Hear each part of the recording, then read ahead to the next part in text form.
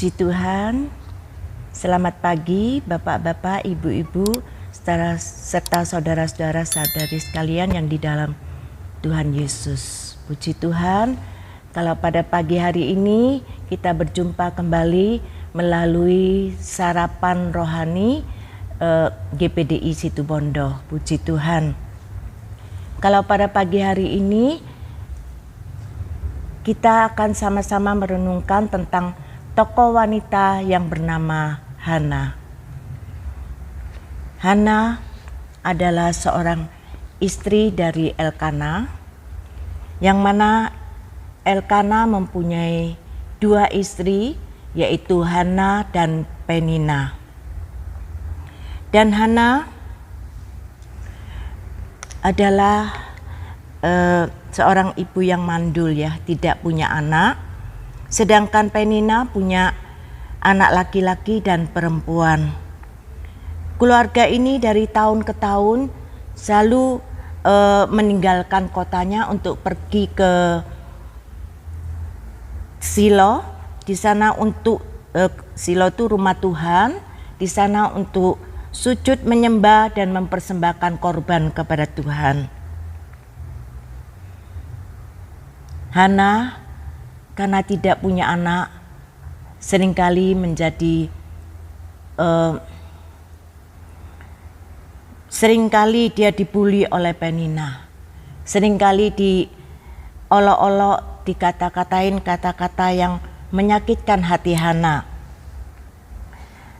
Sehingga membuat hati Hana semakin tertekan. Apalagi kalau pada zaman itu seorang ibu kalau tidak memiliki keturunan, tidak memiliki anak, karena waktu itu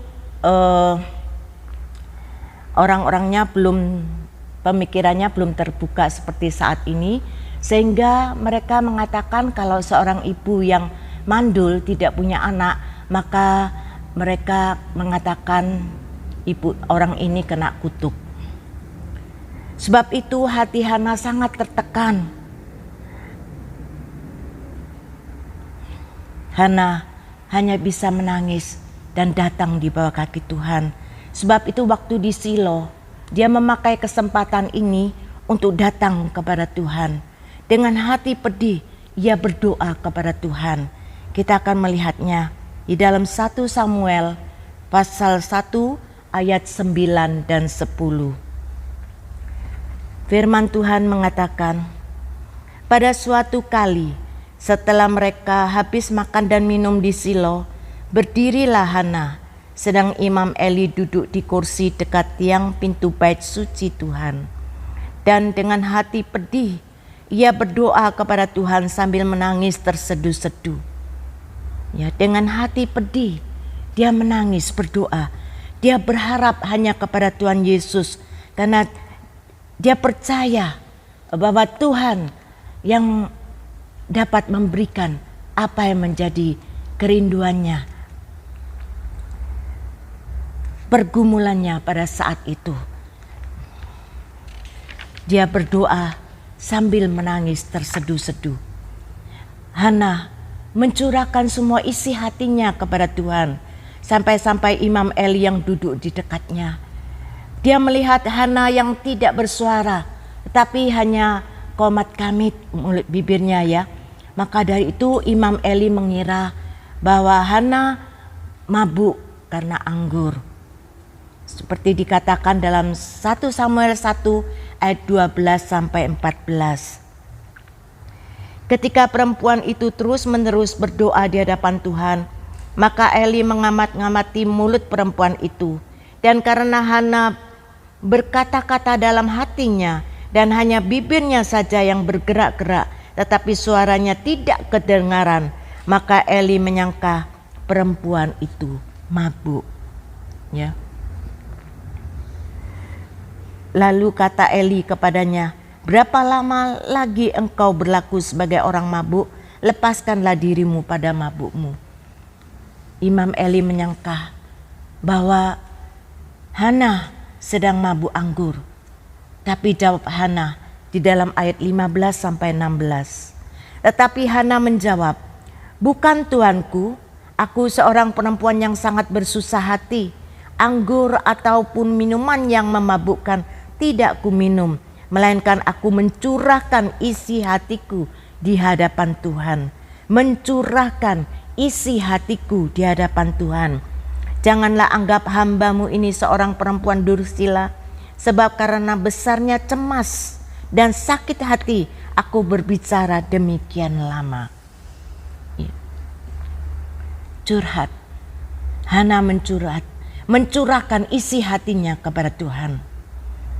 Curhat itu juga adalah satu perintah dari Allah, di mana di dalam Mazmur pasal 62 ayat yang ke-9. Mazmur 62 ayat yang ke-9.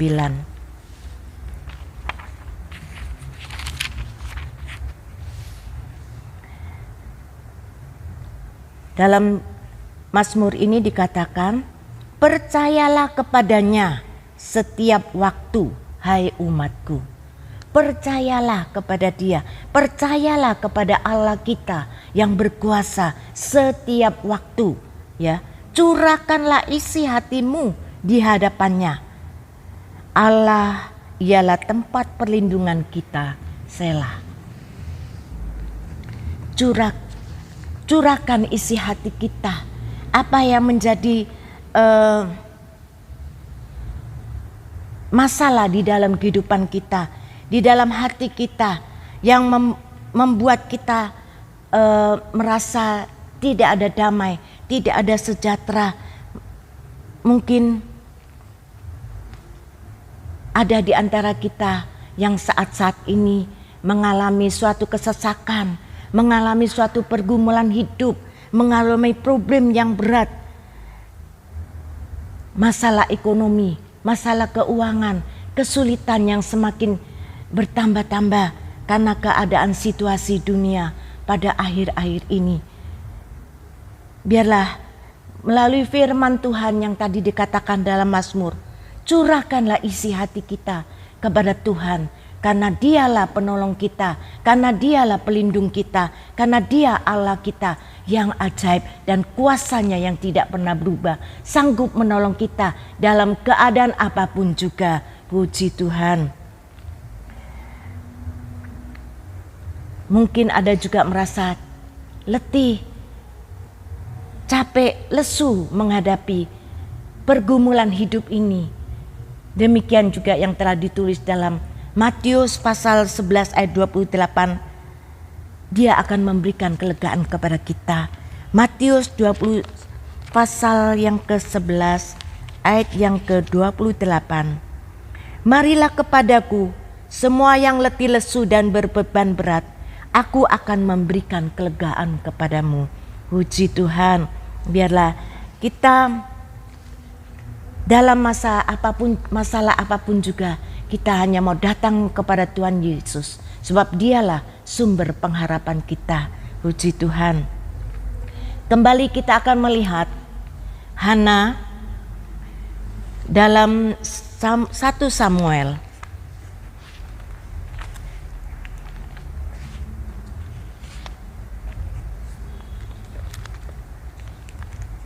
Dalam 1 Samuel, di mana dikatakan Hana bukan saja berdoa kepada Tuhan, bukan hanya mencurahkan isi hatinya saja kepada Tuhan dengan menangis terseduh-seduh, tetapi dia juga bernasar kepada Tuhan. Kita akan membacanya dalam 1 Samuel pasal 1 ayat yang ke-11. "Kemudian bernasarlah ia, katanya, Tuhan semesta alam, jika sungguh-sungguh engkau memperhatikan sengsara hambamu ini dan mengingat keadaanku dan tidak melupakan hambamu ini, tetapi memberikan kepada hambamu ini seorang anak laki-laki, maka aku akan memberikan dia kepada Tuhan untuk seumur hidupnya, dan pisau cukur tidak akan menyentuh kepalanya." Puji Tuhan. Hana bernasar, kalau Tuhan memberikan anak seorang laki-laki, maka dia akan mempersembahkan untuk Tuhan. Lalu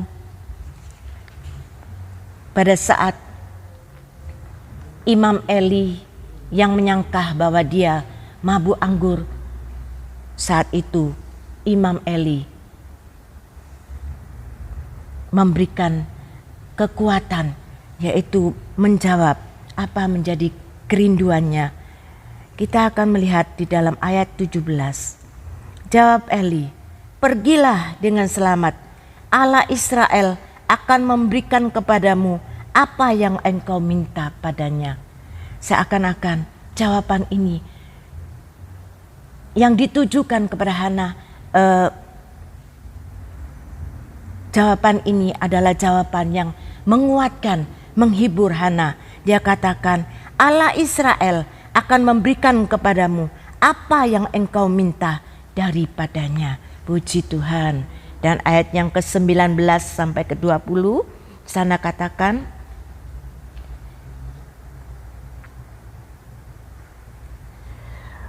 keesok harinya bangunlah mereka itu pagi-pagi lalu sujud menyembah di hadapan Tuhan. Kemudian pulanglah mereka ke rumahnya di Rama. Ketika Elkana bersetubuh dengan Hana istrinya, Tuhan ingat kepadanya. Maka setahun kemudian mengandunglah Hana dan melahirkan seorang anak laki-laki. Ia menamai anak itu Samuel, yang sebab katanya, aku telah meminta daripada Tuhan. Puji Tuhan, setahun kemudian Tuhan telah mengaruniakan anak kepada Hana. Dan Hana pun memenuhi nasarnya. Tulis dalam ayat yang ke-24 sampai 28.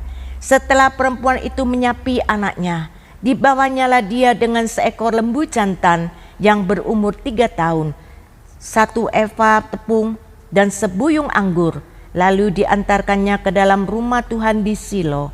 Waktu itu masih kecil betul kanak-kanak itu. Setelah mereka menyembeli lembu, mereka mengantar kanak-kanak itu kepada Eli. Lalu kata perempuan itu, mohon bicara tuanku, demi tuanku hidup. Akulah perempuan yang dahulu berdiri di sini dekat tuanku untuk berdoa kepada Tuhan, untuk mendapat anak. Inilah aku berdoa dan Tuhan telah memberikan kepadaku apa yang ku minta daripadanya. Dan Tuhan telah memberikan kepadaku apa yang ku minta daripadanya. Maka aku pun menyerahkan kepada Tuhan seumur hidup. Terserahlah ia kiranya kepada Tuhan. Lalu sujudlah mereka di sana menyembah kepada Tuhan. Puji Tuhan, Hana memenuhi nasarnya kepada Tuhan dan menyerahkan anak itu ke rumah Tuhan. Dan Tuhan pun memberikan pengganti dari Samuel. Dan Hana dikaruniai kembali 5 anak, yaitu 3 anak laki-laki dan 2 perempuan. Puji Tuhan. Dan dikatakan Samuel pun yang ada di rumah Tuhan. Dikatakan di dalam 1 Samuel 3 ayat 19 sampai yang ke-20. Samuel pasal 3 ayat 19 sampai 20. Dan Samuel makin besar dan Tuhan menyertai dia, dan tidak ada satupun dari firman-Nya itu yang dibiarkannya gugur. Maka taulah seluruh Israel dari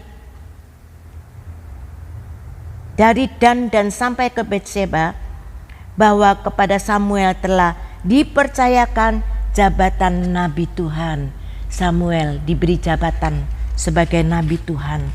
Dan Samuel lah yang ditugas oleh Allah Tuhan untuk mengurapi Daud sebagai raja.